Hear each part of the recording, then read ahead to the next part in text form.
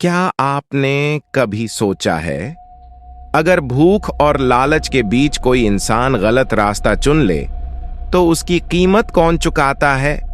आज की कहानी है एक ऐसे पिता की जिसने अपने बच्चों को बचाने के लिए श्मशान की यक्षिणी से सौदा कर लिया। गांव के आखिरी छोर पर एक टूटी फूटी झोपड़ी में रहता था शंकर। उसकी पत्नी मर चुकी थी और अब उसकी दुनिया थे सिर्फ उसके 2 बच्चे, मोहन और काजल।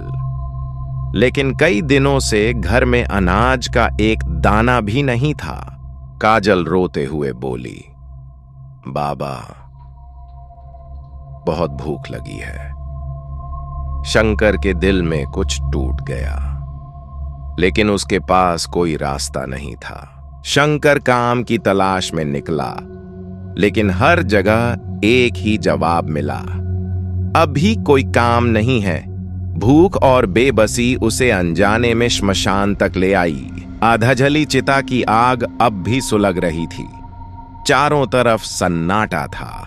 शंकर फूट फूट कर रो पड़ा। घर जाकर बच्चों से क्या कहूंगा? तभी एक भारी आवाज आई, कौन हो तुम?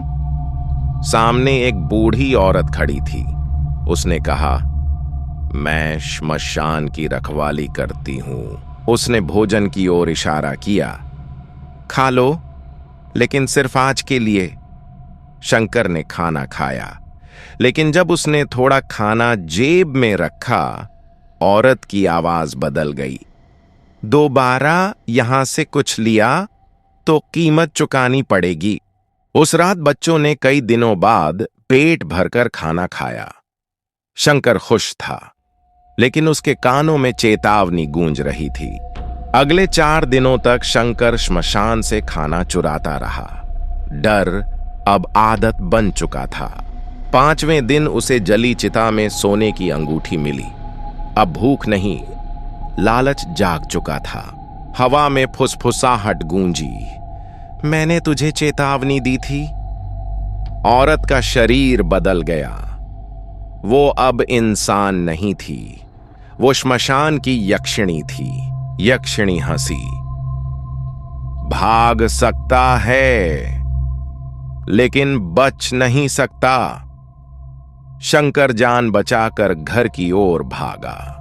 बच्चे बोले, बाबा, आप तो अभी खाना देकर गए थे। बाहर खड़ी थी शंकर के रूप में यक्षिणी। बच्चों की आत्माएं अब इस दुनिया में नहीं थीं। उनकी मासूम देह जमीन पर पड़ी थी, लेकिन अंधेरे में 2 चमकती परछाइयां यक्षिणी के पीछे पीछे चल पड़ीं। यक्षिणी ने बच्चों का हाथ थामा और धुएं में घुलती हुई फुसफुसाई, लालच की यही कीमत होती है। और देखते ही देखते वो दोनों मासूम आत्माएं यक्षिणी के साथ अंधेरे में खो गईं।